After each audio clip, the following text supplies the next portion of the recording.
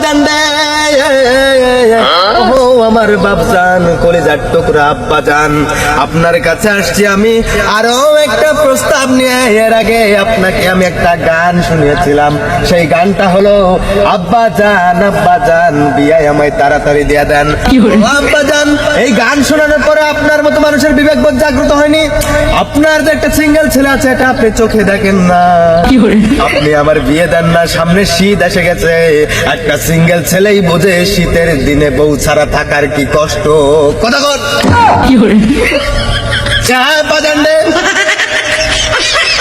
দিনের পর দিন কোল বালিশকে নিয়ে রাতের বেলা রাত্রি যাপন করেছি, ঘুমাইছি, কত যে কষ্ট হয়েছে এটা একমাত্র আমি জানি, আর আমার আল্লাহ মাবুদ জানে, যিনি আমাকে সৃষ্টি করেছে, আপনার গর্ভে আমার জন্মদান দিয়েছে।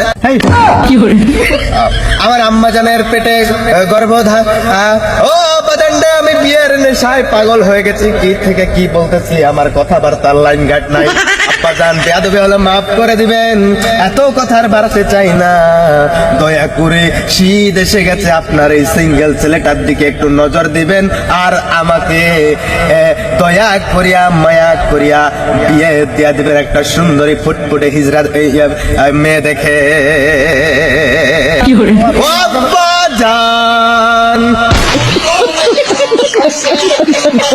বাবা, তোমার তো মাথাটা মনে গেছে। তুমি তো আমার পরিচয় দিতে লজ্জা লাগতেছে, তুমি আমার ছেলে কেন? তুমি এর আগে আব্বাজান আব্বাজান নিয়ে গান গাইতে চাইছো, ওয়ার্ড মাহফিল নিয়ে মস্করা করে কেউ। আব্বাজান এটা মস্করা না আব্বাজান, এটা আমার ভিতরের কষ্টের বহিঃপ্রকাশ। আরে এত করে আপনাকে বোঝানোর চেষ্টা করেছি যে আমার একটা বউ প্রয়োজন, আরে কত করে আপনাকে বুঝিয়েছিলাম যে আব্বাজান আমার একটা বিয়ে দিয়ে দেন, বিয়ে না দিলে আমি নষ্ট হয়ে যাবো আব্বাজান, কিন্তু আপনি শুনেননি। আর কি করে বুঝলেন আপনি সিঙ্গেলের কষ্ট? কারণ আপনি তো বিবাহিত। আপনি কেমন বাবা, আমাকে আপনার বরযাত্রীতেও নিয়ে যাননি। হ্যালো।